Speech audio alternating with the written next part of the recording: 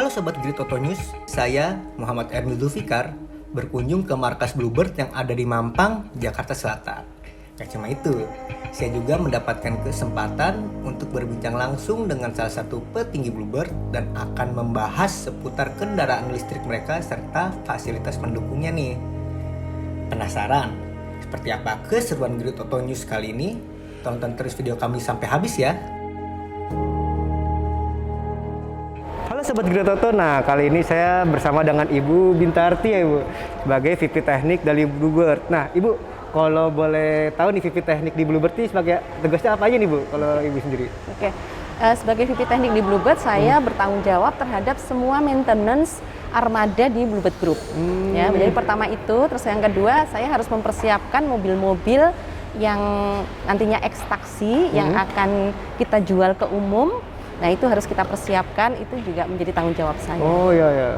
Nah Ibu, tadi kita kan pengen ngebahas juga nih Bu soal mobil listriknya Bluebird, Ibu, taksi listriknya. Ya. Nah Ibu, kalau boleh tahu nih Bu, di Bluebird sendiri ini ada teknisi khusus gak sih Bu yang bisa nge-handle kalau misalkan ada problem segala macam di mobil taksinya ini Bu?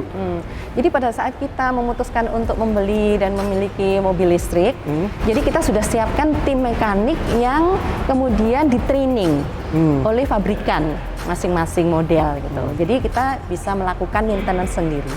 Nah Ibu, kan kalau dilihat ini kan Tesla ini punya taksi listrik itu armadanya BYD, Tesla, sama yang terbaru itu Prius ya? Ya.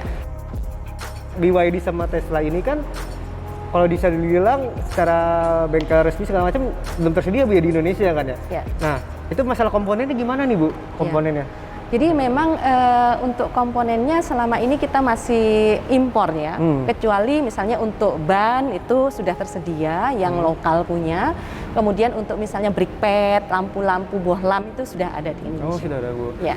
Sekarang ke masalah komponen yang paling penting nih Bu, baterai nih Bu. Ya. Gimana sih cara Bluebird itu kan demi memenuhi demand yang cukup tinggi kan taksi sekarang nih.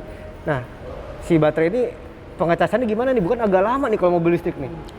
Jadi gini, kapasitas baterai misalnya seperti BYD ya, mempunyai kapasitas 80 kWh. Ya, dengan rasio setiap 100 km itu dia menghabiskan energi 20 kWh. Sehingga dalam satu hari itu sebenarnya dia mampu untuk menempuh 400 km.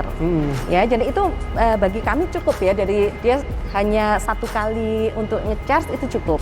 Dan berapa lama pengecasannya itu sangat tergantung pada kapasitas chargingnya.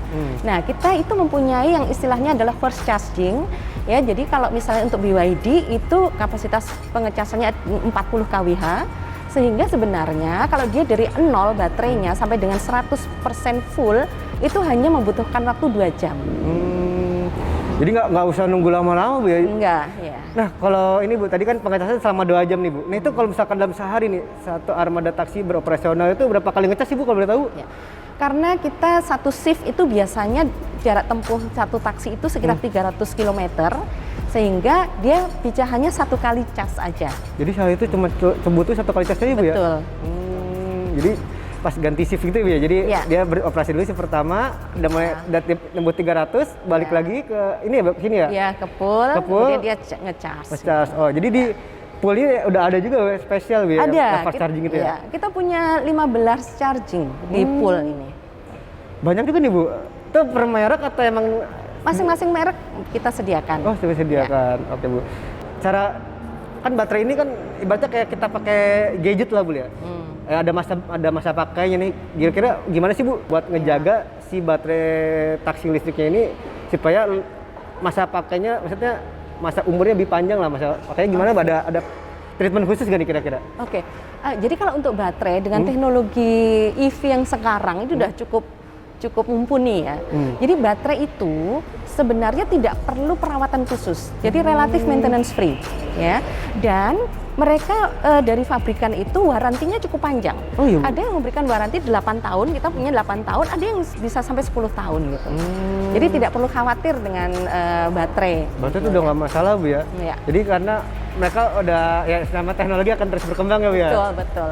Nah Bu, terakhir nih Bu, pertanyaan dari saya Bu, kira-kira ada rencana nggak sih Bu si Bluebird ini buat memperbanyak lagi nih operasional taksi listriknya di Indonesia? Oke. Sebenarnya kita waktu itu sudah punya plan 5 tahunan ya. Jadi sampai 5 tahun ke depan itu sebenarnya Bluebird ingin kita mempunyai sekitar 2.000 mobil listrik. Ya. Jadi cukup signifikan lah untuk mengurangi emisi karbon yang sekarang ada. Kalau sekarang itu ada berapa nih Bu kalau boleh tahu Bu di Blue Armada? Sekarang jumlah kita masih sedikit ya. Untuk yang BYD yang tipe E6 itu kita punya 25 unit, kemudian Tesla kita punya 4 unit. Kemudian untuk yang BYD tipe T3 kita hanya punya 3 unit. Itu berarti total ada di 30-an lebih ya? Iya. Hampir 40 unit ya? Moga-moga kondisi ekonomi membaik ya, jadi kita bisa. Iya benar.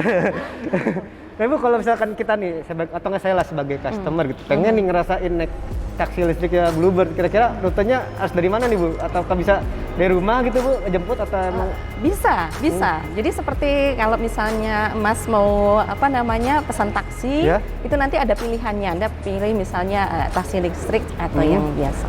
Oh, jadi nggak perlu di titik-titik khusus Bu, udah aja. Sekarang siap disamperin Bu ya? Iya. Oh, oke Bu, mungkin itu dulu pertanyaan dari saya. Terima kasih nih Bu atas informasinya yang wah banyak sekali nih ya, yang tadinya saya bingung atau nggak ini jadi ngerti lah gitu ya.